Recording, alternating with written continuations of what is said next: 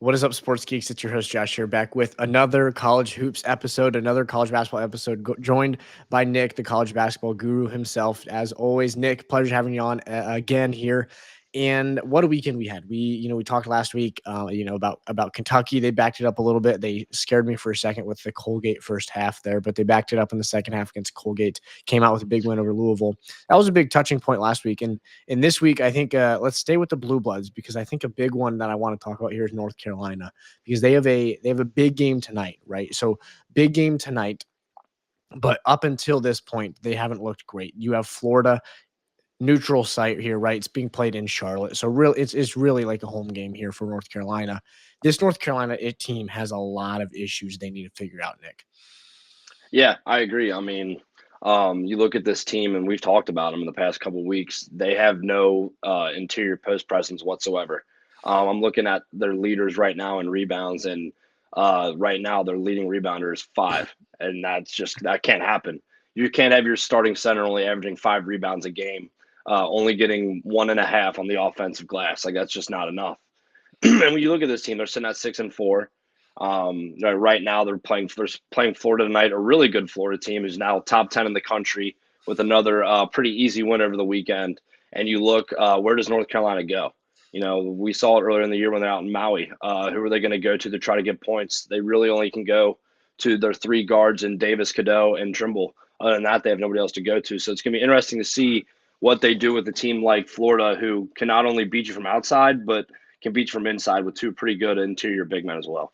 Yeah, absolutely. And I think a big thing, I mean, exactly what you were just talking about, the rebounding thing, right? Last year you have Harrison Ingram, you have Armando Bacot, lose both of them. I think that was around 20 rebounds a game last year. I mean, I Yep. know Ingram was right around that 9 rebounds a game. So like that's a big piece to fill, and they didn't do anything to fill it. So I think that's something that I think is a recurring issue that we're going to repetitively see, right? I think back to the Michigan State game when Xavier Booker, who hasn't looked good inside against anybody his entire career, looked like a little. This is an overstatement, an over exaggeration. Looked like Shaq in the paint against him. I mean, it was like, Yeah. what in the Yep. world is going on? Xavier Booker ends up with like 5 of 6 from the floor with 12 points and like 8 rebounds in his best game of the year. And he's like, I mean, he's built like a twig, and he doesn't like to go inside. But against North Carolina, he can. So I think that's something that I just need to see something more from them. I mean, I'm looking at like their defensive stats here, and like their offensive rebounds given up is nearly 10 a game, right? Yeah. That cannot happen. They're bottom 50 in the nation in that. They're bottom 50 in points per game. They're bottom 50 in assist to turnover ratio for the other opposing team, right? So you're not forcing turnovers, but you're allowing them assists. And I think this all stems down to one thing. And I mean, the rebounding thing I think is a separate thing. Everything else stems down to one thing, and it's the pace of play that they play at. And I know we've talked about this a little bit. They play so fast, which is cool, but you can't play AAU fast. You have to play college basketball fast. Yep. I agree. I mean, like you said, they do. They play so fast. They're top 15 in points scored per game with 86 and a half. But then you look at how many points they give up. They give up almost 80 points a game. Like, that's terrible. Like, yeah, they get out and run and they score, but we saw it against Alabama. They don't get back and play defense. They don't play a single little bit of defense, and I think that's a real problem for a team that you look at their resume right now has no good wins. They don't have a single good win. I mean, dating back to their game, dating back to Maui. I mean, they got a win against the Dayton team they should not have beat. They lost to Auburn, lost to Michigan State, and then they come back from that.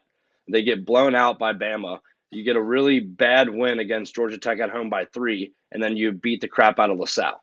You haven't beaten anybody, and I think that's a real problem. And it really does stem from the fact that they can run and score, but they don't know how to play a lick of defense. Yeah, I think the next 3 games to me, or next 4 games to me, are really going to show me what this North Carolina is built, like what Hubert Davis is doing. What are you changing, right? Because something needs to be changed, right? The team this North Carolina team right now, what we've seen so far in the first month and a half of this season, is going to be a first round exit. Maybe if they're lucky, they can make it to the round of 32 if they get the right matchup, right? Or if Yep. if the other team's shooting poorly, whatever it is. But the next 3 games, I mean, you have Florida, UCLA. Florida tonight is going to be I genuinely think that a lot of people overlook this Florida team. This Florida team, just because they don't have like your big name transfer portal guys that they brought in that you're thinking of, right? Yep. That's okay. This team is still, they play great defense. They play really, really good defense, and they are extremely efficient on offense. I mean, they're a great team. That's going to be a challenge. UCLA is a spectacular defensive team. The offense, I know I'm not bought in on UCLA yet. I still need to see quite a bit yet. But on the defensive side of the ball, they're great. So I think if you can hound these guards and you can get the guards out of, their flow of the game, this UNC team cannot do anything. They really struggle. They don't have an interior scorer at all, like we were talking about. So, and then you have Campbell, and then you have at Louisville, which on New Year's Day, which is a huge game, right? You're Yeah. going to play That will Pat not be Kelsey's easy. boys, and that's a team that we've seen can compete. Louisville just compete. I mean, they just played Kentucky to a really tough game at Rupp Arena this past weekend. So I think that's going to be a massive, massive game to open up, or not open up ACC play, but get ACC play kick started come the new year. Yeah, I mean, you look at this Carolina team; they could easily be, by the time we're talking again next week, they could be 6-6. Mhm. They could be 6-6. Their backs against the wall, and there could be talks about Hubert Davis possibly not being their head coach next year with the way that this season's going, because Right, nobody but saw this coming. and the Nobody other saw this thing that's coming. crazy is that they could be 6-6, exactly what you're talking about. They also could be 8-4 and With ranked 2 quality probably wins. 22nd because they just beat the 7th and 18th best team in the nation. So Yeah, that's the crazy thing, is that this team has the ability to. I mean, you look at even like the Michigan State game. I mean, they're in it all game. They take it to overtime, right? Look at the Kansas game, right? First week of the year, and you yep. come in and you battle back from down like 15-20 in the first half, battle back, take the lead at one point, and then end up losing by 3. But this team is capable, but they're just not consistent, and I think that's my problem with them. Yeah, I mean, like they control their own destiny this next week. I mean, and that's really what it's going to be. Are they going to prove that they are the top 10 team that people thought they were at the beginning of the year, or they could continue to be this team that, yeah, they can score the lights out of the ball, but they don't ever bring anything on the defensive end to prove that they know how to win a game when they need to late. And I think that's when it's a real issue, because if you look at it, like we said, like I brought up earlier, they beat Dayton out in Maui, but they still gave up 90 points, and they had to come back from down 20 plus points to even get a chance to win it. So they didn't use their defense at all to win that game. They just went and turned it into a track meet like they love to do. And I think if they don't learn how to balance being able to get out and transition and really score on the run, but also learn to get back and stop the ball, and maybe get your points per game given up to down to like 72. I don't know. I really don't know. I think that's what they got to do if they really want to be that team that can get to the second weekend when it comes to March. Yeah, well, I think this almost reminds me of like when Nate Oates took over Bama, right? Yep. And what we saw to them is his style is very similar to Hubert Davis's style, in that we are going to beat you down the court. We're going to get easy buckets. We're going to shoot the hell out of the three, and we're going to be good at it, right? And Yep. obviously, Nate Oates is way more drastic on the 3-point part than Hubert Davis's guys are, but the issue that Nate Oates had at the beginning was he was able to recruit guys because guys wanted to play. Oh yeah, this is a fast-paced offensive game. You still have to play defense. And what we're Yep. seeing out of Nate Oates' guys right now over at Bama is that they're starting to turn the corner. They're doing both, and Yep. that's dangerous. But with North Carolina, you haven't turned the corner yet. And I mean, you look at this Georgia Tech team that you just barely beat. This Georgia Tech team is going to be, I mean, the bottom 4 team in the ACC. Yep. So Yep. if you're beating them at home by 3, then to me, you are on a real bubble of, in the next 4 games, if you go 1-3 with your only win over Campbell, then I think you're really setting yourself up to going into ACC play, being on the ropes to not even making the tournament Yeah. if you continue to play the way that you're playing. Yeah. I mean, if that is what happens in this next week, and they have to go on the road and beat a Louisville team, which if this Louisville team wasn't completely destroyed by injury, would probably be a top 3 or 4 team in the ACC right now for how poor it is. But if you look at it, that just means that they're going to have to go and get a humongous win against Duke or a humongous win at Pitt. And I just don't see that team being able to do that. I really don't. Right. Yeah. I mean, no, and even Clemson. I mean, I'm not a Clemson fan. I've got it on. I'm not a Clemson fan, but Clemson's not bad. I mean, they're Yeah. a quality team. We've seen out of UC legend Victor Locke in there a little Yeah. bit to reference the schools on both of our screens right now. But no, I think that this is going to be a real prove it week for me right before Christmas season, right before the holiday season. By the way, happy holidays to anybody listening. Probably going to take next week off just as a because there's really nothing going on either. Yeah, there's But not much. which is always good. But I mean, right before the holiday season here, I mean, North Carolina's test themselves, and they're going to come out and really have again a test it start to their ACC schedule as well. But there's a lot of other things to break down here in the last week. I know we just spent 10 minutes talking about North Carolina. Let's move on past some into some other stuff because what do you say we start with the SEC, the elephant in the room here? What'd you say the record was this past weekend? Yeah, so I was listening to a college basketball podcast right today at work, and the only thing they really could even talk about this weekend was how fantastic the SEC was. And yeah, so I heard them say that the SEC went 13-1 on Saturday, with the only loss being LSU. That is insane. And I think they said at least I want to say at least 5 or 6 of the wins were by 13 plus points. I mean, we've been saying it for the last several weeks now, right? And that this SEC is absolutely spectacular, right? And I'm scrolling through this Saturday slate, and I mean, you have Mississippi State that beats McNeese by 3. That's a okay. And then you start to really dive into it. 8-1 Arizona State's playing Florida. They beat them by 17, right? Yep. You have A&M playing Purdue in a ranked matchup. Fantastic win in their backyard. Yes, fantastic win there. And then you have Auburn playing Ohio State, right? Ohio State's looked very, very inconsistent. I mean, one of the most, if not the most inconsistent teams in college basketball. And for the exact reason we saw on Saturday when they lose by 38 to it's hard to not say the best team in the country right now in this Auburn team. I was going to bring that up. But then you have Tennessee going into Champaign and beating Illinois. This Illinois team is not bad at all. They are a quality top 5 team in the Big Ten for sure. And you go into their place and beat them. Holy crap! This SEC is just absolutely stacked. Yeah, I mean, you look at it. The worst team right now in the SEC is South Carolina, and they're 7-3. I mean, it's actually ridiculous how good the SEC is right now. Like the SEC, everyone was saying at the beginning of the year, like, oh, the SEC is going to take over being the best conference in college basketball. And I'll even say now, raise my hand up. I didn't believe it. I was like, there's no way they're going to be better than the Big 12. For the first month and a half so far, you're like, they are by far the best team or the best conference in all college basketball, and it's not even close. It's not even remotely close. Because you look at their top, let's just go their top 6 teams right now. Florida, undefeated. Oklahoma, undefeated. Tennessee, undefeated. Kentucky, 10-1. Auburn, 9-1. And that's what, 3 or 4 teams in the top 10? Mm-hmm. It's insane. It's absurd. And you see, like, you look at these teams like Florida right now. They have Walter Clayton Jr., who's putting up insane numbers. He's averaging 19-4 on 48% shooting. He's right now a top 15 player in the country. He's got to be. There's no doubt in my mind that if he keeps doing this, he's going to be an AP All-American. Like, he's already had 5 games this year with over 25 plus points. Mm-hmm. And he's coming off an all SEC first team last year, right? He's coming back. He's coming off of that. Mark Sears is coming off of that. I mean, you have some absolute studs from last year's SEC coming back to it, and they're not the modern day. We're going to transfer in and try to be good. And I mean, they have 5 of the top 7 teams right now. 5 of the top 7 teams. I mean, you look at it, that's insane. Like, that's actually insane. Like, and not only do they have 5 of the top 7, they legitimately have 5 of the top 7. Yes. Like, when we started out with the Big 12 had 5 of the top 10. But that was only because the AP voters thought all these teams were going to be great. And now the Big 12 only has 4 teams ranked and only one of them inside the top 10. Like, it is completely different from what we started. And that's what I love about college basketball. I agree. I know you agree with me, is you have no clue what's ever going to happen in this sport.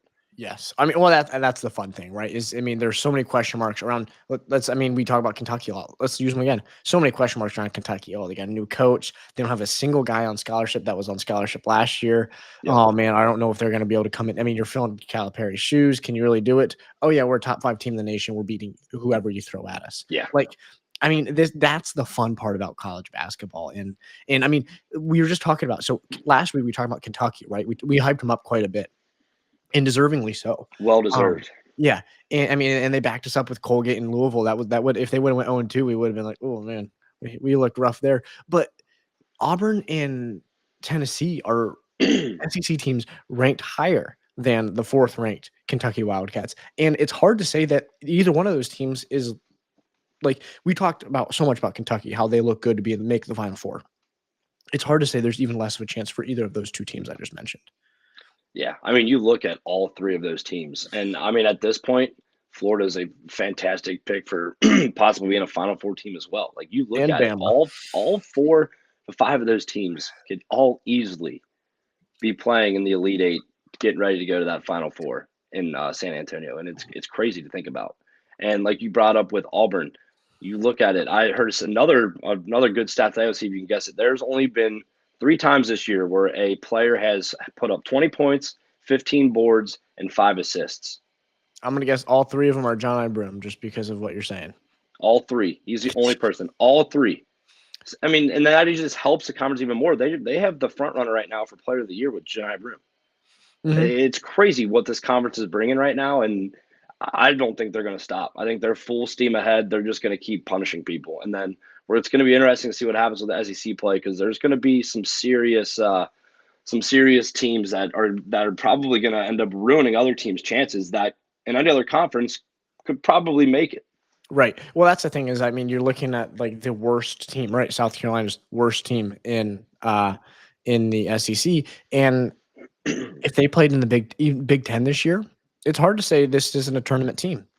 Exactly. Which It's is which is crazy. which is insane. Yeah, I mean, you realistically you could comfortably spread these out across the SEC, or just take this conference and split them half and half and put half in the Big 10, half in the Big 12, and you might get everybody in. As Yeah. crazy as that sounds, right? Yep.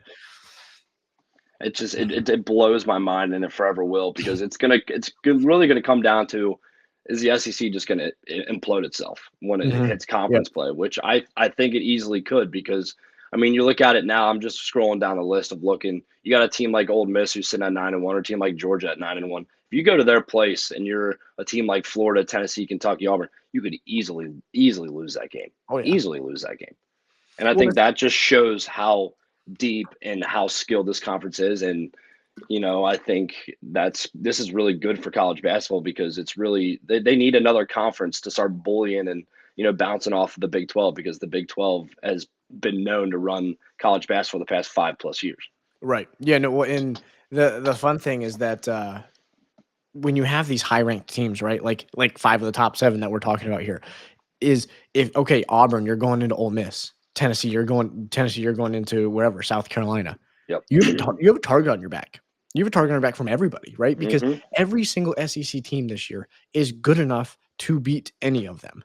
And they're all good enough that they, in their minds, are making a case to make the national tournament. Every single Yep. one of them. So when you come in as the number 1 seed, number 1 overall team in the AP poll right now, and you're going into South Carolina, South Carolina's like, dude, this is our chance. This is our Yep. chance. We can break through. We're sitting here.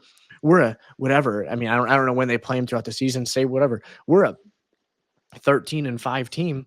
We're 1 win away from really starting to enter into the top 25. Especially if we can beat 10. I mean, so that's just the crazy thing about this SEC is they're so deep and so good.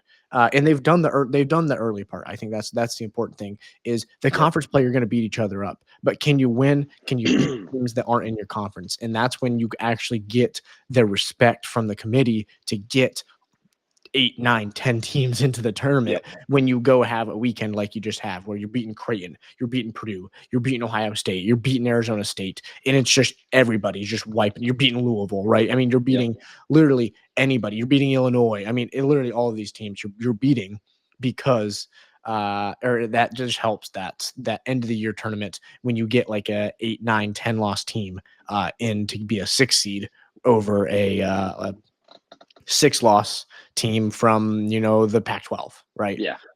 Yep. I mean, it instantly makes me think back to Bob Huggins' time at West Virginia when they would start early in the year and they would get these big time wins and they would go to conference play and they'd probably go middle of the road 500 and they'd still make it as like an 7 or 8 seed and they were 18-10. Mm-hmm. And then they would still go and battle. Like it's like they would win their first round game and they'd get to the second round game against that 2 or 3 seed and it was not just an easy, oh, here you go, here's a 10-point win for Mm-hmm. the 2 seed. This is what this conference is going to bring, and I think if they can get those teams in that have that 8 to let's say 11 losses, get those big wins and get them into the tournament, I'd watch out. You don't want to be the team that has to play them come the first round of the tournament. No, you certainly don't. One game I do want to talk about here. I know we got a couple more games we'll talk about, but one of them here I definitely want to talk about is on Saturday, UConn Gonzaga, because we talked about UConn quite a bit earlier, right?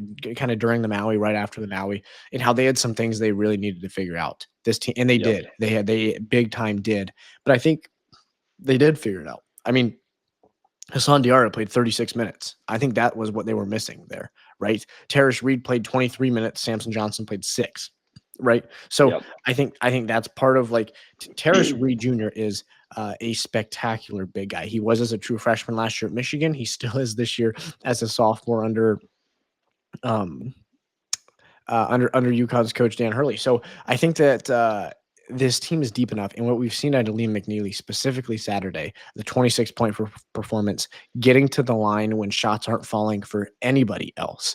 I mean, look at the guys that are taking shots. Caravan's 3 of 10 from the floor, right? Solo Ball's 2 of 7. DR is 2 of 8. I mean, you need to score, McNeely, and as a true freshman, as an 18-year-old to go do what he did is very impressive. Yeah, I mean, you look at it now. This UConn Huskies teams, they're hitting their stride. They are. Mm-hmm. It was bound and determined to happen. I mean, they scheduled really, really tough, and with a young team like this and an unexperienced team like this, you're going to go, onto the road and into a tournament where you're playing in a gym that's the size of a high school gym. It's not good for them. It wasn't good for them, and like you said, it was a problem for them. But I think Dan Hurley's finally figuring out his lineups, figuring out who needs to be getting the minutes, when they need to be getting the minutes. And, I think it's really starting to show because you got guys coming off the bench. Like you said, you got Terrace Reed, who had 12 points in 23 minutes. And you also had Jalen Stewart, who hasn't really done much, especially going back to last year, didn't really play at all. And then the start of the year didn't really do much, kind of started to find it in Maui. But he Mm-hmm. comes off the bench, plays 19 minutes, has 10 points, goes 4 of 5 from the field, 2 of 2 from deep. And then Right. obviously you got Liam McNeely, who put up 26. I think he is a stud, and he is a perfect type of player to feed off of somebody like Danny Hurley, who's a crazy person. Like Oh he yeah. loves it. You can just see it when McNeely's playing. Whenever he did anything that was where he knew he bullied somebody or he had a really, really good shot or play, he brings the juice. He has the same energy as Danny Hurley. And I think if they can keep doing this, there's no reason they don't finish top 2, 3 in the Big East again. Yeah, no, I mean, I'm right there with you. I think that realistically, the Big East is. I don't want to say it's a down year for the Big East because Marquette's good, but I mean they just lost to Dayton, right? Creighton's had their fair share of issues, and obviously UConn's going to be plenty good. But I think if there's a year for UConn to have to struggle a little bit in the last 3 years, if they have to struggle a little bit at the beginning to find their stride late, this is the year to still be able to do that and still be a 2 seed, right, or a Yep. 3 seed come the end of the season. But just because the Big East as a whole is not like this UConn team. If you go play Marquette right now, if you go play last year's Marquette team and you're playing like you are right now, I don't like you at all. Yeah. If you Yep. go even play last year's Creighton team the way you're playing right now, I don't like you at all. I mean, you lost at Creighton last year. I can't even imagine what you do right now. Yeah. So I think for them to struggle right now, I like you a lot more against this year's teams, this year's versions of those teams. So I think it's great. It's a great year to have a little bit of struggles for them. So I'm with you on UConn. One other team I want to talk about because we mentioned them a little bit earlier, but I want to talk about a little bit more is Florida. Because Yeah. I don't think, I said earlier, I don't think they're getting the attention, the respect that they deserve. And I fully believe that because this Florida team is put together of very, very experienced players, right? You have Walter Clayton Jr., like we said, mentioned him coming off all SEC first team last year. You have Elijah Martin, played 4 years at FAU, Yep. and now Went he's to a coming Final here. Four. Yes, I mean, he has plenty of experience. He has played in those big March games, and now you are grouping those two guys who are truly. It's a duo of superstars in the college game. They are spectacular to watch. Yeah, I think you look at this team. The biggest thing with them so far early this year is a lot of people didn't believe that they were a good team because they didn't play anybody. A Mm-hmm. lot of people saw that their average opponent rating was over, or it was like over in the 300s of like their strength of record of who they were playing. And I get it. I mean, when you have to play this type of loaded SEC, what's the point of scheduling these big time out of conference games if you don't need to? Mhm. And I mean, I think that just shows enough with this group. They are so talented and have so much experience that it doesn't matter if they're out here playing a non-conference game against, like, let's say, a Gonzaga or a Duke. Like, they don't need to do that. Now, if they Right. play these middle of the roads, let's say top 75 in the Ken Palm, then that's what I'm really looking for. Because that's Mhm. still, for the most part, still a quad one or a quad two win. And you look at some of their wins, I mean, they're by just dominating fashion. Right. They Well, beat a Wichita State team by 34 or mhm. 37. They beat Virginia by 18. They beat Arizona State by 17. Like, those aren't bad teams. They're No. not bad teams. Well, the other thing too, I like if you are a team like UConn, right, or you're a team like Duke or Kentucky, you can schedule those massive, massive games, and because of your brand, because of your quality of your team, because of Yep. your consistent performance, you are always in the tournament. So you can Doesn't get hurt you. away with dropping 2 to 3 games early on. A Yep. team like Florida, like I mean, you schedule these games like years in advance, right? Yeah. So if you're sitting here and you're like, look, we don't know what we're gonna have. Like, what if Walter Clayton leaves last year, right? And you don't get Elijah Martin in the portal. This team's Hmm. very, very different, right? And it's not a team, it's a team that needs those wins at the beginning of the year to make the tournament, right? Yep. Now, obviously, this team doesn't need it. They don't need those, right? They could be 7-3 with 3 losses to top 10 teams and they'd be okay and still end up making the tournament, right? But we don't know that when they're scheduling. So I don't think it's something you should hold against them, and I don't think it will because when you play in the SEC, as of right now, you look at their schedule. They have number 6 Alabama, number 17 Ole Miss, number 12 Texas A&M, number 14 Oklahoma. They play Auburn, number 2 Auburn once. They play number 1 Tennessee twice. Like they have Yep. plenty of resume builder opportunities here. So I think this Florida team though is just dangerous to when it comes to tournament time. They're top 10 right now in offensive efficiency and they're 18th in defensive efficiency, top 20 in both offensive and defensive efficiency early on. Be Yeah. curious to see what they do to North Carolina. I think this could be a statement win from them tonight. Yeah. I mean, like you said, you brought up, you look at it, they're top 20 right now in points per game at 86.2. The points allowed is only 65. So I mean, their margin of victory right now is 23 points per game, and they're eighth in rebounding per game Mhm, and getting almost 44 rebounds a game. mhm. Like, that Well, is so impressive. And like you said, bringing up North Carolina, that doesn't play in North Carolina's favor very well at all because no. this Florida team crashes the glass. They play a mean, tough, nasty type of basketball. And my last thing for Florida is the biggest thing, honestly, that it kind of got swept under the rug is the fact that their head coach has been going through, I mean, a scandal since the start of the year, and they just completely put it under the rug, kept their heads down, and just kept working. And I think that's a really, really big thing for a team like Florida to show that, we got all this outside noise with our head coach, but we don't care. We came here to Right. win. We're going to keep winning basketball games, and when we win these basketball games, we're going to beat you by 20 plus. And I think that's just really impressive.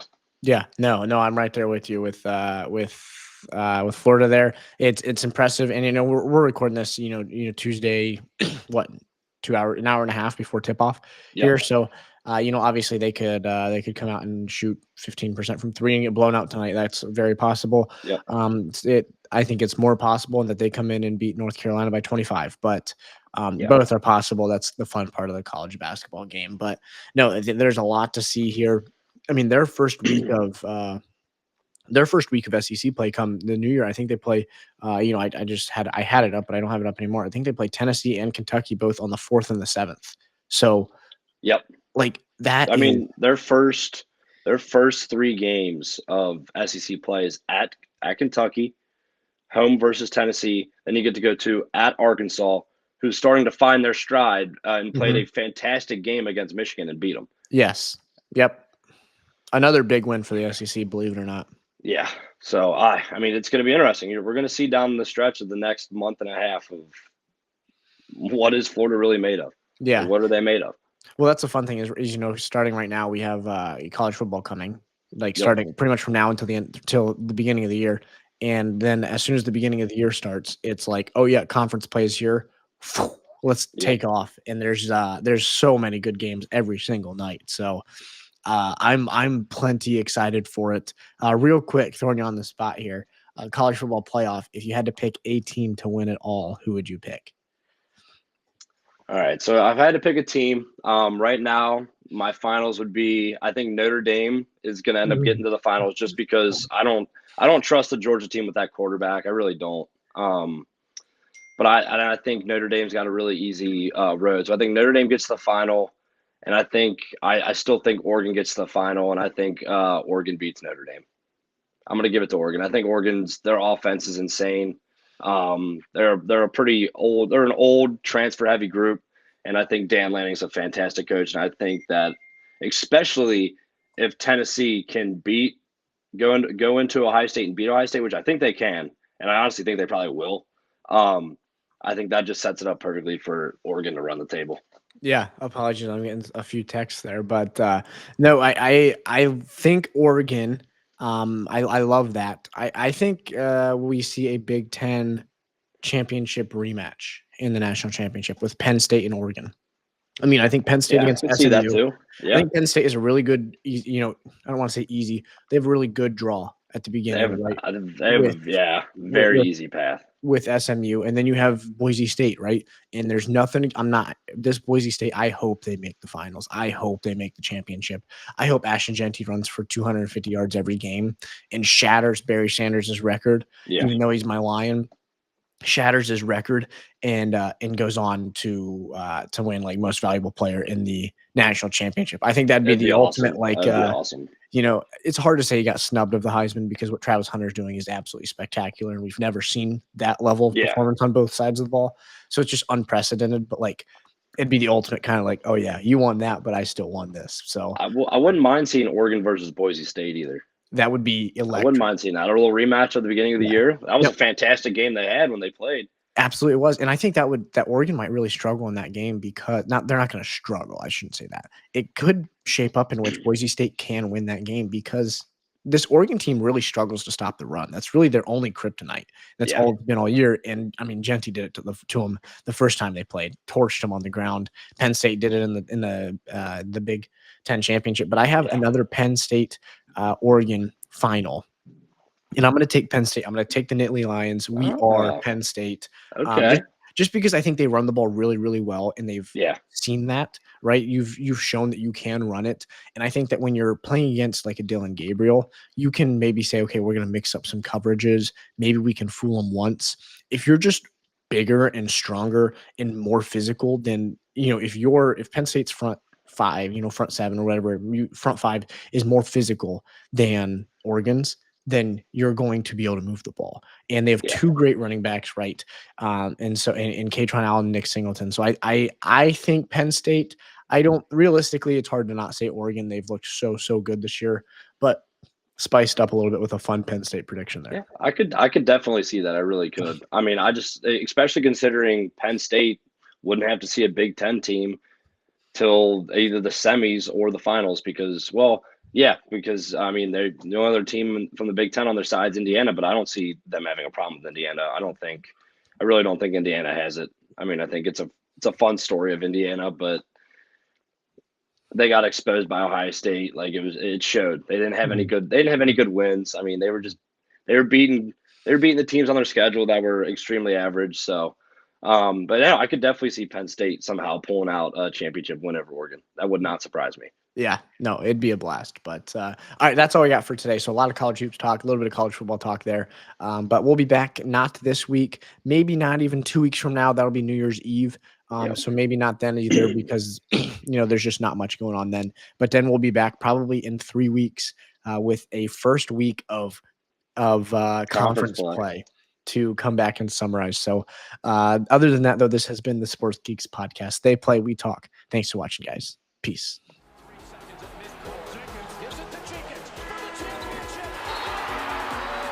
Catches, puts up a three. Won't go. Rebound by